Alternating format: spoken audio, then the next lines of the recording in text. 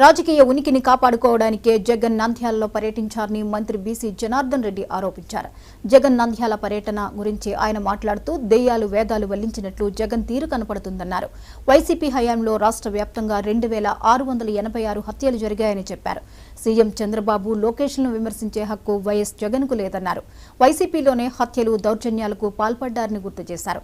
ఎన్నికల్లో ఇచ్చిన హామీల మేరకు ప్రజలకు ఎన్నో సంక్షేమ పథకాలను అమలు చేస్తున్నామని మంత్రి వివరించారు.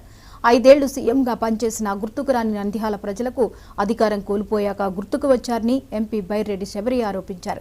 శిల్పా చక్రపాణిరెడ్డి నంద్యాలలో కానిస్టేబుల్ను వెంటపడి చంపితే జగన్ ఎందుకు మాట్లాడలేదని ప్రశ్నించారు. రెడ్ బుక్ ఇంకా ఏపీలో తెరవలేదని చెప్పారు. మాట్లాడే హక్కు కూడా లేదని చెప్తా ఉన్నాము. అదేవిధంగా ఈరోజు ఎక్కడో రాజకీయాలలో ఎక్కడో కొంతమందికి సంబంధం లేకుండా నీ కరపత్రికను అడ్డం పెట్టుకొని లేని హత్యలు కూడా చేసినట్టు వల్లవిస్తూ ఉన్నావు. ఎక్కడో జరిగినటువంటి కుటుంబ తగాదాలను కూడా తగాదాలలో జరిగిపోతే తెలుగుదేశం పార్టీకి మాకేం సంబంధం అని అడుగుతావు. కుటుంబాలలో జరుగుతూ ఉన్నాయి. నీ సొంత కొంత చిన్నాయను తప్పితేనే నువ్వు ఇంతవరకు న్యాయం చేయలేదు.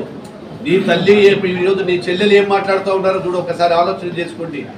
నీ సొంత చెల్లెలే ఈరోజు ఎక్కడ పట్టుకుని నాకు న్యాయస్థానాల చుట్టూ తిరుగుతూ న్యాయం చేయమని చెప్తా ఉండేటువంటిది మీ సొంత చెల్లెలని కూడా గుర్తు చేస్తూ ఉన్నాను.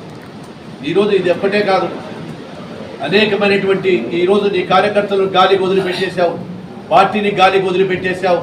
కేవలం రాజకీయ ఉనికిని కాపాడుకోవడానికి ఎక్కడైనా అవకాశం దొరికినప్పుడు వచ్చి వాళ్ళని పరామర్శించడం తప్ప ఏ కుటుంబానికైనా ఒక చిన్న ఆర్థిక సాయం చేశావా అని అడుగుతా ఉన్నారు.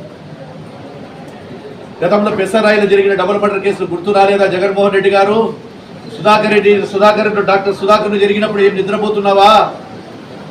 అదేవిధంగా అబ్దుల్ సలాం గారు ఇక్కడ చనిపోతే పాపం ఆ రోజు ఎందుకు రాలేకపోయినావు?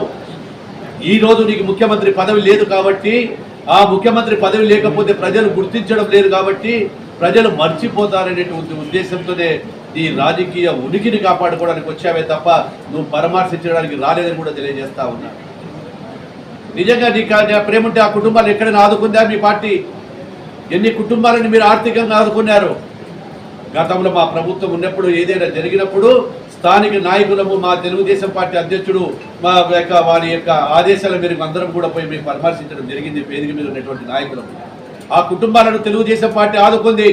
ఆ కుటుంబాలను మా యొక్క పిల్లలను చదివిస్తా ఉన్నారు ఎన్టీఆర్ స్కూల్లో.